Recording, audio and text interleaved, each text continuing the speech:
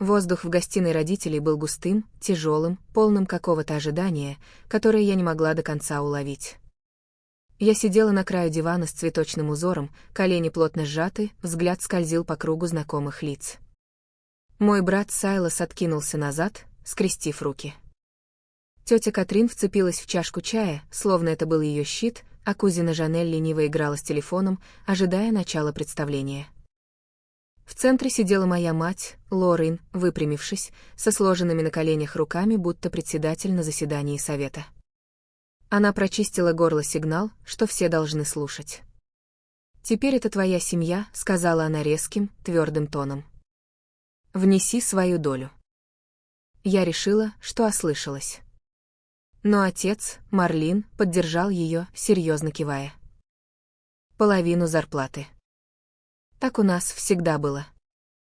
Тот, кто зарабатывает больше, вносит в общий семейный фонд.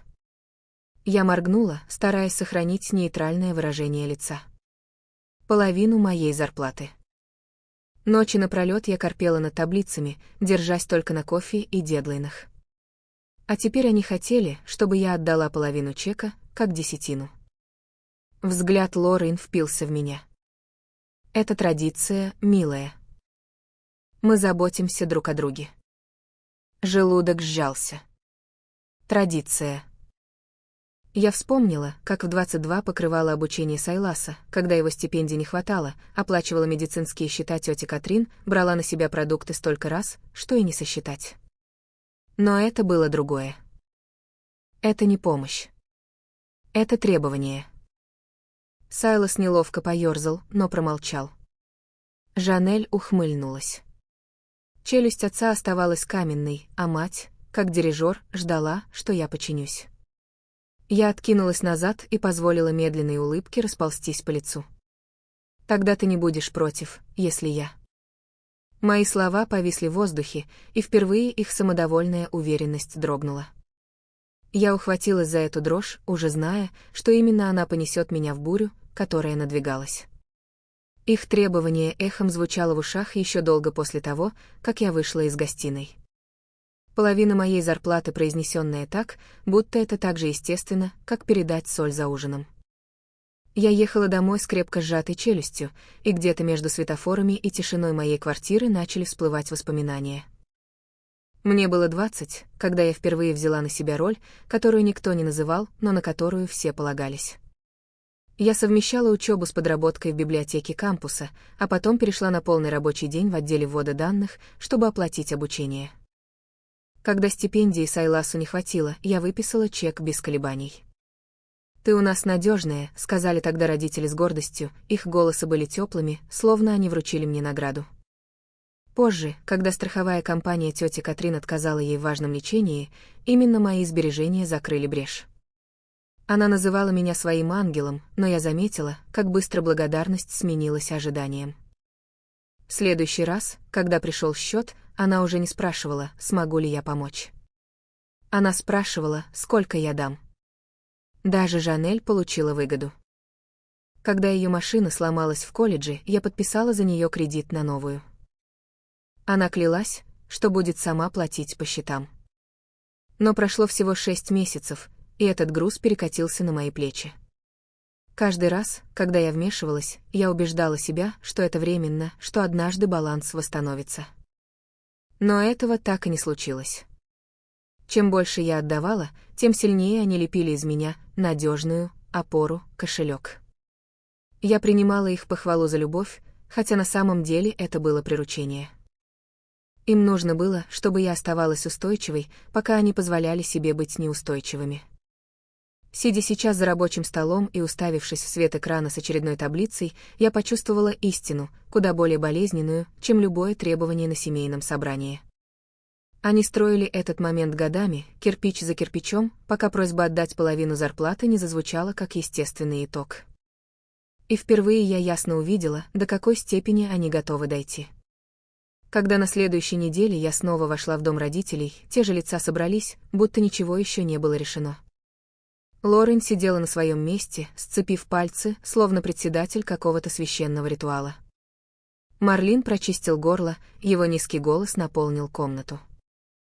каждый дает по способностям. Так всегда было в нашей семье. Эти слова легли тяжелым грузом, но я заметила, что никто больше не выглядел обремененным. Сайлос поерзал на стуле, избегая моего взгляда. «Я мало зарабатываю», — пробормотал он, повторяя заученную фразу, которую я слышала уже слишком много раз. Тетя Катрин, чьи счета я когда-то оплачивала, опустила глаза на ковер, будто узор вдруг стал ей крайне интересен. Она молчала, но ее тишина была ответом. И тогда Жанель наклонилась вперед, и ее улыбка была острой и беспечной. «Да ладно. У Ары денег хватит на всех нас». Смех, который последовал, был тихим, но жестоким. Он говорил мне, что они уже решили, я решение. Не часть проблемы. Я скрестила руки и заставила голос звучать ровно. «Так значит, вы все вносите половину, верно?» Тишина, что последовала, была холоднее зимнего воздуха. Сайлос почесал затылок. Катрин закашлялась. Марлин напрягся, челюсть сжалась. Лорен не дрогнула, ее глаза упорно сверлили меня, словно бросая вызов продолжать. Это был мой ответ. Они не были объединены жертвой. Они были объединены ожиданием. Моя жертва — их выгода. Семейный фонд — не традиция. Это была тщательно сплетенная сеть, предназначенная поймать меня и никого больше. Я позволила смеху задержаться, едва сдерживая ухмылку. Их единство было лишь маской, и я только что потянула за шов. Но если бы я прорвала маленькую дырку, я знала, что должна быть готова к тому, что через нее вырвется. Я наклонилась вперед, локти на коленях, и выпустила слова так, будто это было обычное замечание. Если половина моей зарплаты принадлежит семье, может, я вообще уйду с работы. Нет зарплаты, нет проблем. Реакция была мгновенной. Шок прокатился по комнате, словно порыв холодного ветра. Чашка тети Катрин зазвенела в блюдце. Жанель моргнула, ее ухмылка ослабла. Даже стойкая поза Марлина треснула, плечи опустились, словно фундамент был подорван. Но первой сдала Лорен. Ее голос прорезал тишину. «Ты не осмелишься». Я встретила ее взгляд. «Не осмелюсь ли? Если эти деньги не мои, зачем изнурять себя работой ради комфорта всех остальных?» Ее губы сжались, но я не стала ждать ответа. Я встала, разгладила пальто и направилась к двери. Каблуки стучали по деревянному полу, каждый шаг звучал громче предыдущего. Никто не остановил меня, хотя я ощущала их взгляды, жгучие, как огонь, в спине. Ночной воздух ударил мне в лицо, прохладный и резкий на моих раскрасневшихся щеках. На мгновение мне показалось, что я ушла одна, но за мной последовали шаги. «Ара!» — тихо позвал Сайлос. Я обернулась и увидела его в дверях, руки глубоко засунуты в карманы. Он казался меньше, чем я помнила, словно уверенный младший брат, в которого я когда-то верила, уменьшился под грузом лет оправданий. «Прости», — сказал он неровным голосом. «Я не хотел, чтобы все зашло так далеко». «Мама, папа, они просто что?» Я перебила его. Решила, что мой тяжелый труд — это их наследство. Он поморщился, но не стал спорить. Его извинение зависло между нами, хрупкое и неуверенное. Впервые я задумалась, не увидит ли кто-то из них, наконец, эту машину такой, какая она есть, систему, построенную на моих плечах, работающую только потому, что я позволяла ей это. Я не ответила. Вместо этого спустилась по ступеням и вышла в ночь, оставив его стоять в дверях словами, которые он не мог забрать обратно. Когда я уезжала, свет дома уменьшался в зеркале заднего вида. Мой телефон загорелся первым из множества сообщений, которые последуют. К утру мой телефон превратился в оружие, обращенное против меня. Первое сообщение пришло еще до рассвета. «Мы вырастили тебя. Меньше, что ты можешь сделать, отдать что-то взамен». Я заглушила экран и попыталась сосредоточиться на кофе, но тут же послышался новый сигнал. Потом еще один. К полудню у меня было 12 пропущенных звонков и цепочка голосовых сообщений, каждая все более отчаянная. Голос Лорен доминировал над всеми, резкий и властный. «Не позорь эту семью. Ты пожалеешь, если продолжишь быть эгоисткой». Тон моего отца был спокойнее, но не менее болезненный. «Не забывай, мы можем отрезать тебя, если ты уйдешь». Даже Жанель прислала насмешливое сообщение. «Надеюсь, твоя большая зарплата согреет тебя, когда семьи у тебя больше не будет». Я начала сохранять все: скриншоты сообщений, записи голосовых сообщений, даже электронные письма с едва скрытыми угрозами. Каждое я помечала, архивировала, складывала в папку на компьютере. Часть меня ненавидела эту холодную эффективность, но другая знала, что это единственный щит, который у меня есть на работе. Я пыталась зарыться в отчеты, но Кассиан заметил напряжение в моих плечах. Он задержался возле моего стола после встречи, понизив голос. «Ты выглядишь ужасно». «Что происходит?» Я хотела отмахнуться, но что-то в его устойчивом взгляде говорило, что он не примет половинчатый ответ. Поэтому я рассказала ему не все детали, но достаточно, чтобы он понял, почему мой телефон звенел, как улей, из которого я не могла выбраться. Его челюсть сжалась. «Это не семья. Это хищничество. Ты должна защищать себя. Заблокируйте свои счета. Проверьте кредитную историю. Убедитесь, что никто не добавил свое имя рядом с вашим». Эта мысль пробежала холодком по спине. Я была так сосредоточена на эмоциональных ударах, что не думала о практических. Банковские счета, имущественные записи — все эти невидимые нити, которые связывали мой труд с их досягаемостью. Тем вечером, вместо того, чтобы ехать домой, я направилась в банк. Сменили логин и пароль, добавила уведомления о безопасности и попросила отметить любую необычную активность. Когда я вышла, осенний воздух казался более свежим и чистым, словно я сделала маленький шаг обратно к контролю. Но сообщения не прекращались. Если уж на то пошло, они становились острее, более отчаянными, более скоординированными, как стая, обводящая жертву. И поздно ночью, когда звонки наконец стихли, я поняла, что эта тишина не облегчение. Это предупреждение перед следующим ударом. Звонок пришел прямо во время моего обеденного перерыва. Я почти проигнорировала неизвестный номер, но что-то внутри меня подсказало ответить. «Мисс Уикхэм, это Сандра из First Asheville Bank. Мы отметили необычную попытку снять $4500 с вашего счета. Вы разрешали эту транзакцию?» Вилка зависла в воздухе на полпути к рту. «Нет, абсолютно нет». Сандра замялась, а потом осторожно продолжила. «Похоже, кто-то пытался связать ваш депозит зарплаты с вторичным счетом. Запрос был отклонен, но попытка была совершена с использованием вашего номера социального страхования». Эти слова пролились по спине ледяной водой. Лишь немногие когда-либо видели мой номер социального страхования, и мой отец был одним из них. К тому моменту, как я положила трубку, сердце бешено колотилось. Я открыла банковское приложение, листая детали, пока не увидела имя счета, к которому был привязан неудавшийся запрос «Уитком Family Fund». Руки дрожали так сильно, что я чуть не уронила телефон. Они даже не потрудились это скрыть. Той ночью я сидела за кухонным столом, окруженная бумагами, банковскими выписками, налоговыми формами, платежками, каждым документом, который доказывал, что моя жизнь принадлежит только мне. Гнев пронзал меня, горячий и ослепляющий. Но под ним было что-то холодное, ясное. Это уже не просто манипуляция. Это был обман. Я оформила предупреждение о мошенничестве в банке, заблокировала кредит и потребовала все возможные меры защиты. Потом я набрала номер Кассиана и попросила порекомендовать адвоката.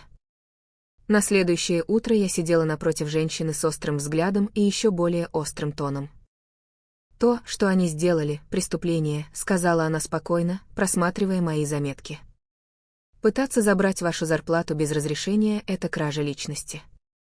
И если у вас есть доказательства, что это сделал ваш отец, дело становится еще сильнее». Я кивнула, горло сжалось. Доказательства. Это слово ударило сильнее всего, потому что доказательства означали конец иллюзиям, конец притворству, что это просто давление со стороны семьи. Это означало, что мне нужно было решить, считать ли семью любимыми или преступниками. И когда я выходила из ее офиса, сжимая папку с формами и юридическими документами, я уже знала, что выбор сделан. Я ехала к дому родителей, папка лежала на пассажирском сиденье, пальцы крепко сжали руль. Каждый километр давился тяжестью. Но я знала, что если не столкнусь с ними сейчас, груз молчания будет тянуть меня всю жизнь. Они снова были там, собрались, как и раньше, словно эти встречи стали какой-то извращенной традицией. Лорен сидела на своем обычном месте, величавая и непреклонная, а Марлин откинулся назад, как человек, который уже выиграл спор. Я положила бумаги на кофейный стол. Банк звонил мне. Кто-то пытался перенаправить мой зарплатный депозит. Они использовали мой номер социального страхования. Счет был подписан как Уитром Family Fund. Хотите объяснить? Лорен не дрогнула. Она мельком взглянула на документы, затем снова посмотрела на меня с холодной улыбкой. Мы семья, Ара. Это не воровство, если это наше. Комната на мгновение покачнулась. Я ждала, что кто-то, хоть кто-то, исправит ее, но тишина нависла густой тяжестью. Сайлос опустил голову, на лице пылало чувство стыда. Жанель нервно рассмеялась, вертя в руках телефон, будто это была неловкая шутка, которая скоро пройдет. Я посмотрела на каждого по очереди. Вы раньше брали мою помощь, мои деньги, мое время. И я продолжала давать, думая, что это любовь, думая, что это долг. Но это мошенничество, и я больше не буду играть по вашим правилам. Марлин сдвинулся на стуле, голос низкий. Ты усложняешь все больше, чем нужно. Я резко захлопнула папку. Нет, ты усложнил все в тот момент, когда решил, что я кормильца, а не дочь. Эта роль окончена. Я не должна отдавать тебе половину зарплаты или какую-либо часть своей жизни. Иллюзия треснула в тот момент, аккуратная маска, которую они носили годами, соскользнула. Улыбка Лорен сжалась, хрупкая, как стекло. Я встала и направилась к двери, и никто не попытался меня остановить. Снаружи холодный воздух был резче, чем раньше, и я знала, что это только вопрос времени, прежде чем они ударят обратно, но уже другим способом. Прошло 3 дня тревожного молчания, прежде чем под дверь моей квартиры подложили конверт. Толстая бумага внутри, мое имя аккуратно напечатано на лицевой стороне. На мгновение мне показалось, что это может быть оливковая ветвь, неуклюжая попытка извинения. Но я открыла его. Внутри были юридические документы с требованием отдавать 40% дохода каждый месяц в семейный фонд УИТМ. Я пробежала глазами строки, не веря. Внизу стояла даже подпись моя, якобы согласная, но я знала свой почерк, и это был не он. Петли слишком широкие, штрихи слишком тяжелые. И тогда я увидела это тот же завиток, которым тетя Катрин всегда подписывала открытки на день рождения. Она даже не потрудилась это скрыть. Я рассмеялась, но это был не смех от удовольствия. Это было недоверие, острое, как нож. Они подделали мое согласие, завуалировали его юридическим языком и сунули мне, рассчитывая, что я буду слишком наивна, чтобы усомниться. Я просмотрела документы, прикрепила их к письму и переслала все своему адвокату. Ответ пришел в течение часа. Это не просто подделка, это преступление. Приводите их, и мы разберемся дальше. Так я и сделала. Сидя в ее офисе, я положила страницы на стол, и она покачала головой с легкой улыбкой. Они передали вам свою вину в письменной форме. Это учебник подделки. А если они использовали вашу личную информацию для составления документов кражи личности? К вечеру я уже была в полицейском участке, подавая заявление, которое никогда не думала подавать против собственной крови. Ручка офицера скрипела по бланку, а мой голос оставался ровным, подробно рассказывая о каждом моменте. Когда я вышла на улицу, тяжесть в груди ощущалась иначе. Не легче и не тяжелее, но острее. Та самая тяжесть, из-за которой притворяться больше невозможно. И когда я шла к машине, я знала, что молчание семьи долго не продлится. Слухи распространились быстро. К концу недели Лорен и Марлин были допрошены полицией. Семейная крепость, которую они строили на страхе и контроле, внезапно обрела трещины, видимые всем. В следующий раз, когда я их увидела, атмосфера была другой. Уверенность исчезла, ее заменил панический страх. Жанель, которая раньше издевалась надо мной, теперь обрушила свое острое слово на тетю Катрин. «Я на это не подписывалась», — воскликнула она, размахивая копией поддельных документов. «Ты осознаешь, во что ты нас втянула, Катрин?» Катрин покраснела, запинаясь, оправдываясь. Лорен пыталась ее успокоить, но было уже поздно.